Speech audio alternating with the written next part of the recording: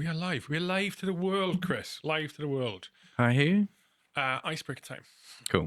We'll get straight into it because we got a shed load of questions from the platinum subscribers. So we'll kick straight into it. For those people who are new to H Hour, this is the H Hour Icebreaker with Chris Branch. It's going to last around about 20 minutes, and it's going to roll straight into the podcast proper with Chris. So you are listening in the correct order. Question number 1. Let's go. Best to have the questions up, actually. What was it?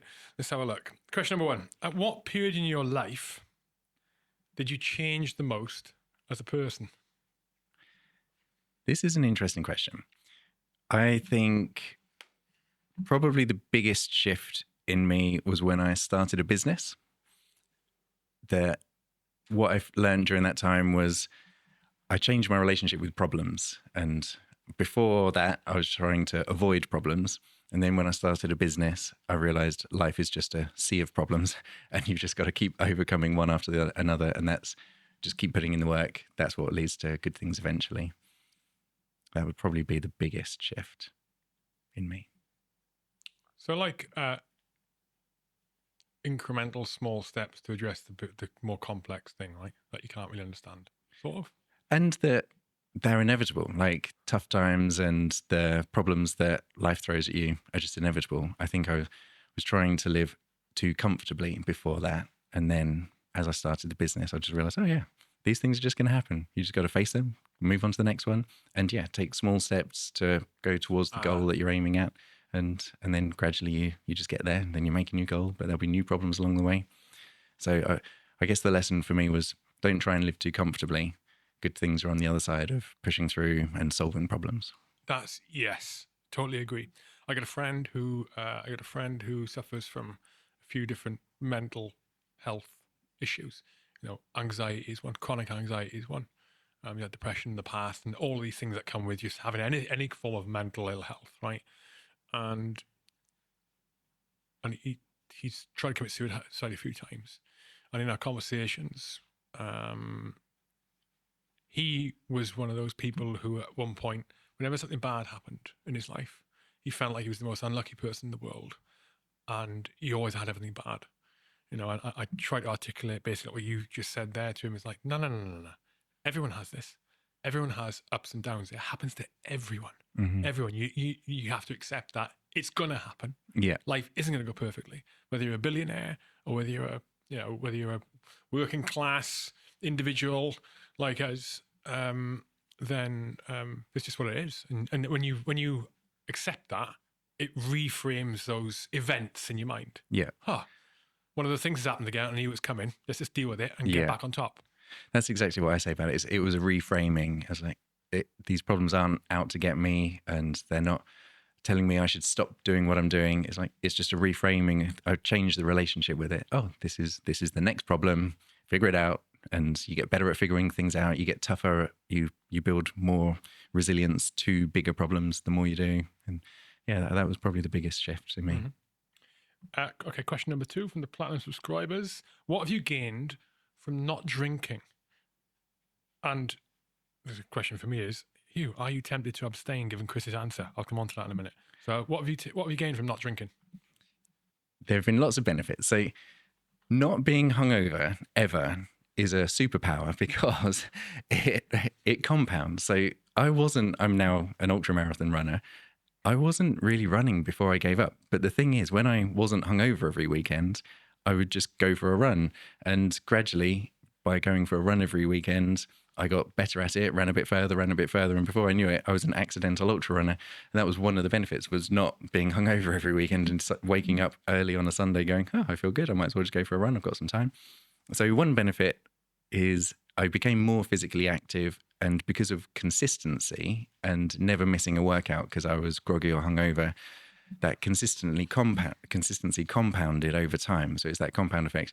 But then also I look back at my productivity, and Mondays and Tuesdays were never as productive, and I would actually feel more anxious on Mondays and Tuesdays at work. So things that might present, for example, in marketing, if I was going to put a post out that might be seen by thousands of people online, Mondays and Tuesdays, I'd be really nervous about that. I wouldn't do that. And you again imagine the negative compound effect of not doing things on Mondays and Tuesdays because you are anxious from the binge at the weekend. And then also the positive compound effect of now waking up fresh on a Monday morning, looking forward to going to work, being in a good mood, being productive, and just cracking on with the week. It creates a positive spiral the other way. And I would say the third biggest thing, the third reason, but probably the biggest thing that I've picked up from not drinking is just better relationships. My wife's happier, and she's more confident. Like, we could go to a wedding and she just 100% know that Chris is going to be fine and we're going to have a great time. If we were going to a wedding before, she'd be like, oh, is Chris going to get hammered tonight? And I mean, thankfully, I was kind of happy drunk, nothing bad ever happened, but I could get hammered. That was the thing. and I enjoyed that at the time. I hated the consequences. But the confidence that she now has when we go out, and the confidence that I have is the biggest benefit from giving up alcohol. Mm-hmm. The confidence. Did you say the confidence? Confidence, yeah. My wife's confidence in me. She can trust me. Sorry, I thought also, your confidence. But also my confidence. So what giving up alcohol has taught me about confidence is we often, particularly in the UK, use alcohol as Dutch courage, don't we? And we try and numb our negative emotions. We think it's making us braver, but actually it's just inebriating us to all emotion and numbing the situation. When you're sober in a situation that you're nervous in, and everyone gets nervous in social situations, particularly with bigger groups, with new people, we all get nervous in those situations. But when you're sober, you have no way out. You have to cope with it. And actually what you realize is within 10, 15 minutes, you're fine and you're comfortable. You've just had to ride that wave of anxiety for 10, 15 minutes. Sober, you've got to face it head on. You can't shy away from it in a drink. So what you learn over time is you've got this, you're okay. You don't need to take yourself out the situation with alcohol. And that does actually give you this underlying, understated confidence that you've got this. You know that you can ride a wave of anxiety if you're faced with it, and you don't need to try and escape with alcohol and other things. So the second part of the question was, am I tempted to abstain given your answer? I do abstain. So I stopped drinking in early December 2023. Mm-hmm. Yeah. And I have drunk once since, I'll rephrase that, but drunk once since, and I regretted it immediately. Mm-hmm. Like immediately. All of the reasons that I stopped drinking in the first place, some of which you've mentioned, they all came back immediately. Straight away. Straight away. Fucking hell. So, yeah. This Christmas just gone was the first truly life-changing for me, it was, I think. Yeah. I mean, in subtle ways, but in many, many subtle ways. For me, which all add up to a major change. And they compound, don't they? That subtlety compounds in your life positively, and then it can compound negatively with alcohol. The Christmas just gone, I nearly drank. Or I say I nearly drank. I didn't nearly drink, but it was the time in the last 4 years that I've wanted to drink the most. And I have a phrase that in the last 4 years, there have been many times that I've wanted to drink, but there hasn't been a single time that I've wanted to drink, looking back at a certain period of time. And this Christmas I was close. But again, once I got through that phase, I look back and I'm glad I didn't. And then I've spoken to a few people like yourself who have given up for a year, a couple of years, 3 years, and then have had one episode in it. And they say what you just said, which is, I just regretted it. And that helps me because there have definitely been times where I've wanted to drink. And this Christmas was the strongest. And I'm just glad I didn't. I'm just going to stay on the path, I think. Yeah, I was kind of glad that it happened because, I don't want to spend time talking about me on this, but it cemented in my mind that same thing you said. It cemented in my mind, like, temptation is not worth it in the future, and you've made the right decision. And for the long term, I think before it, because it was relatively recently. Before it, I was thinking, maybe at some point I'll have a few drinks again, and it's just sensible to do right now. And now what I think is, just don't bother. There's zero benefit for me personally. Zero benefits. And the thing is, with alcohol, people handle it differently. Different person.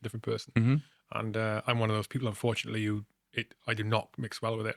I'm not an angry drunk. It's not to do with what I'm drinking. It's to do with my relationship with alcohol, the drug, if you want to put it that way. Okay, question 3. Great question. This is a great question. If you could no longer be physically active, what would you focus on instead? One of my other strong interests is the mind and consciousness, and I've done a lot of meditation, and over time I've transitioned to focusing on what's known as non-dual meditation. So non-dual. So I got into meditation a long time ago. 10 years ago I got into meditation. I started with the app Headspace. Now Headspace would be it's really good. I recommend most beginners start with Headspace. Well, there's no free plan though. Okay, right. Sons of guns. There used to be free plans on it. Yeah. Now there's not. But there are a load of different apps out there now which you can use. Sorry, go on. Yeah, so exactly. There are so many apps, and I would put Headspace in a category of good for beginners, and others of like Calm or something. But it is a form of meditation which you'd classify as dualistic meditation, as in there is an object and a subject, I, focusing on an object. So I am paying attention to my breath. I am listening to the sounds around me. I am paying attention to my feelings and thoughts. The I is the subject, and the object might be the sounds around me or the thoughts or the breath. And then I started to pay attention to someone called Sam Harris, and he was talking a lot about non-dual meditation and how the concept of self is an illusion. And that made no sense to me whatsoever. I had no idea what it meant. But then, thankfully, Sam Harris released his own app, and I've now been using the app Waking Up. And, Waking Up, yeah. And he teaches quite simply this process of trying to break down the sense of self and pay attention to the space of consciousness. All of this sounds pretty nuts unless you've been on the meditation journey yourself. But there's a shift from what I was doing with Headspace to now what I'm doing with Waking Up, which is with Headspace, there was this subject-object relationship. I will pay attention to something. With Waking Up, I'm now trying to pay attention to the space of consciousness in which everything exists, including the sense of there being an I. So the sense of there being an I is just another object in the space of consciousness, but it's the space of consciousness that I'm trying to pay attention to. And with the exercises in Waking Up, it has, excuse the pun here, but it's blown my brain. I've just found it absolutely fascinating. So going back to the question, if I couldn't be physically active, I would go deep into trying to understand my own mind. I love just sitting in meditation and just noticing the craziness and the inability to control my own mind, and then noticing everything that is in that space of consciousness. And it's a skill that can be honed. You can get better at it. It can positively impact your life in many ways. And if I couldn't be physical with my body, I would just go into the mind. And what was his name? Ram Dass. Have you heard of Ram Dass? I think he's passed away now, but he was a kind of a, in quote, guru. He was an American chap, studied at Harvard, started taking a load of acid, and then went over to India and studied in India, became a guru. But he was it's a Western guy originally. Well, Western guy. He had a stroke later in his life and was completely really quite physically disabled after it. But there's a documentary about him that's worth watching, where you just see how happy he is. He needs more help. He needs more care after this stroke. And he's just in the bliss of exploring consciousness. He doesn't need his physical body to be in that bliss and acceptance of life and consciousness. And I that's where I would go if I couldn't train as much as I do. Okay. Okay, question number 4 from our platinum subscribers. Hugh has stated he looks down on fat people. I need to clarify this. How do you view them and others who are unfit? Now, I need to clarify. Okay, if that was how my statement came across. It was a few podcasts ago. I didn't say those words. Right, so I need to I need to go on to this again. Now, we judge people first and foremost when we first see someone on appearance. Mm-hmm. Fact. Okay. Mm-hmm. The first thing, and that's, we don't just judge people, we judge environments, we judge things, objects. The first thing we do, the first interaction we have with them, usually the first interaction with them is by sight. So our brains are tuned to making a judgment, make an assessment. Normally, first thing is threat or not. Yeah. Especially on people. And then lots of other things, trustworthy or not, positive person or not, all these other things. And different people, I think, perceive different physical attributes in people, and not just physical attributes, but also the way people dress, the way they carry themselves, the way they walk, their facial expressions. Like, for example, you see someone who looks angry, you're going to judge them differently to exactly the same person who's not looking angry if you saw them in a different dimension at the same time. Okay. What I meant was, I didn't say I look down on fat people. What I said, I think, was that when I see someone, and I meet them as an example, they're going to be in my life. Yeah. Then if they're overweight, I ask why. And most of the time, I think it's unlikely that someone being overweight is for any other reason than themselves allowing them to get to that position, right? Now, the hows and whys and wherefores they do that is not my concern immediately. But if that's the case for most people, that says something to me about their character. It says something to me about their awareness of themselves. It says something to me about what they think of themselves. It says something to me about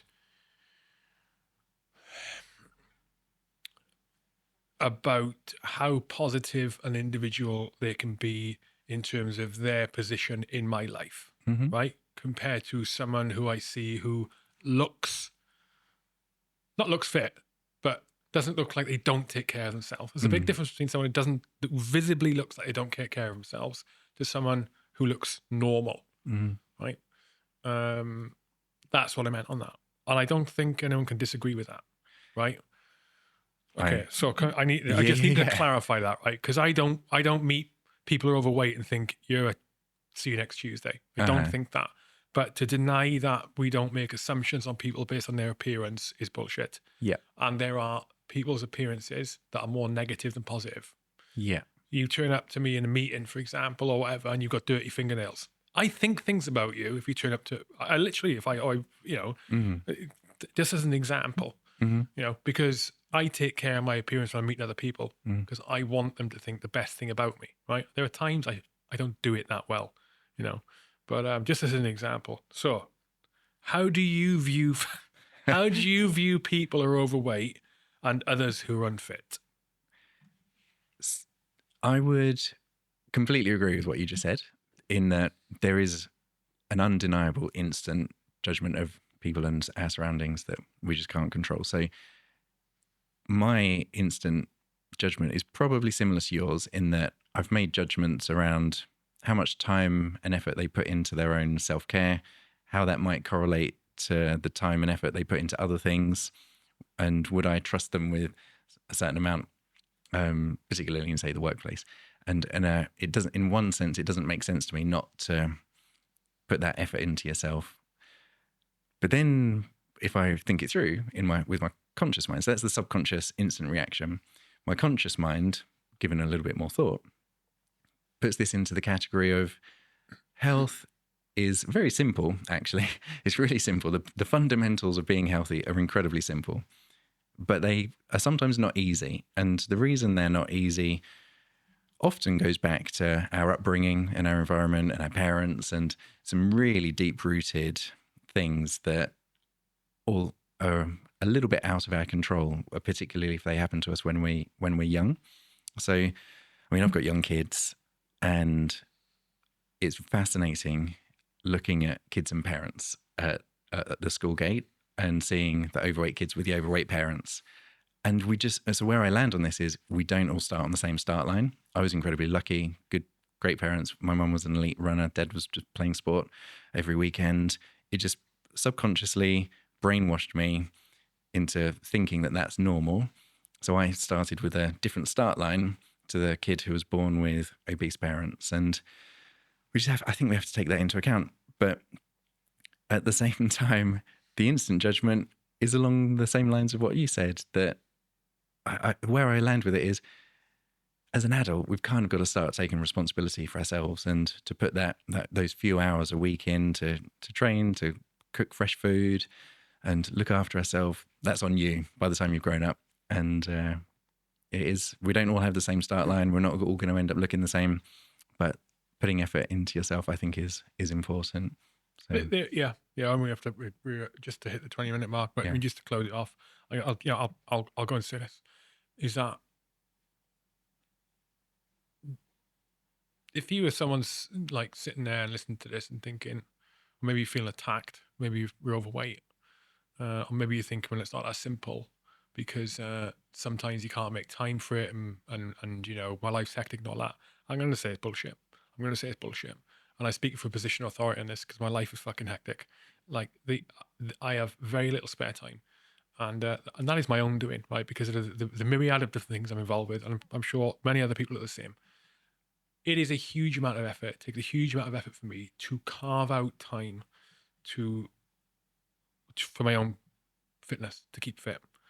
And at minimum, right, I aim for 2 to 3 times a week, right? That's the minimum I'd want to hit, okay? Now to do that, a lot of the time, I have to create free time for myself. Normally, if my week is particularly hectic, that means I get up early. I get up a lot fucking earlier than anyone else is out of bed to go and do this, right? And I'm willing to do it because I know how much of an impact it has on me, my personal fitness and my personal health, right? So most people can find time to do it. The fact of the matter is that saying to yourself you can't because you can't find the time, you're kidding yourself on. Most people are kidding themselves on, right? We don't even have to talk about diets before we even get to what you're putting in your body, just what you're doing in your body. You can absolutely find time, but you need to start small, right? And again, if you listen to this and think it's hard, no, just start small. All your start point needs to be is do more than you're doing now. If you are doing nothing now, then aim to do 30 minutes of exercise next week or tomorrow. Once, that's it. The week after, aim to do an hour. Split into 2 30-minute sessions. That exercise could be a walk. More than what you're doing now. Never mind your steps that you're taking. Oh, I do 15,000 steps today, walk into the office. Bullshit, you do that every week. Whatever, it's fucking nonsense. Do something extra. Yeah. Again, 20 minutes if you can only fit 20 minutes in. But when you do that, what you're going to find is that empowers your brain to do at least the same the following week, because you've got a sense of achievement in doing it. You've done something you wouldn't normally do. You've done fitness. You set yourself a task, you did it. And you'll be able to much easier do the same the following week or the next time you want to do it, and more. And over time, you find you are building yourself up to much more physical exercise than you were doing before. All of a sudden, you'll find it's much easier to fit into your schedule because you're willing and wanting to do it. And you will make time for yourself that you will not do now. Just aim to do something more than you're doing now. It's absolutely possible. If you're saying you haven't got time, it's fucking nonsense. The only people in the world that haven't got time to do this are people that are doing two jobs. They're balancing 2 jobs a day and looking after kids at the same time. And they're single parenting. I'd say they're the only fucking people who do it. Yeah. No one else has an excuse not to have time, to find time to go and keep fit. You know. I'll keep this super short, but I've been practicing as an osteopath for nearly 17 years. And in that time, I've seen people go on ridiculous transformations. And many of these people who've started off really quite overweight, unhealthy, riddled with pain, I'd been nagging them for years about making these small changes. And then all of a sudden there was a catalyst, and somehow miraculously they did it. So they'd gone years and years believing their own excuses. And then there was a little penny drop moment that catalyzed change. And all of a sudden they realized, oh, it was possible all along. They just believed their own excuses. It is absolutely possible. It's hard. It's simple, but not easy, but always possible. It's only hard the first time the first time you wrangle yourself. When you wrangle yourself over it. And this could be this conversation. You listen to this conversation, you wrangle yourself over it. It's only hard to make the first decision. Just say to yourself, yeah, I'm going to do something more than I'm doing now. I'm going to do it tomorrow. That's it. Whatever you're doing now. And if you're doing 0 now, then guess what? First step's dead easy. Could be 15 minutes on the goddamn treadmill. You know what I mean? 20-minute walk, whatever. Anyway, it really winds me up. It winds me up. Right, Icebreaker then. So for people who are listening live, we're going to take a 5-minute break. If you are listening to this on your podcast app, this is going to roll straight into the full podcast with Chris. So thank you.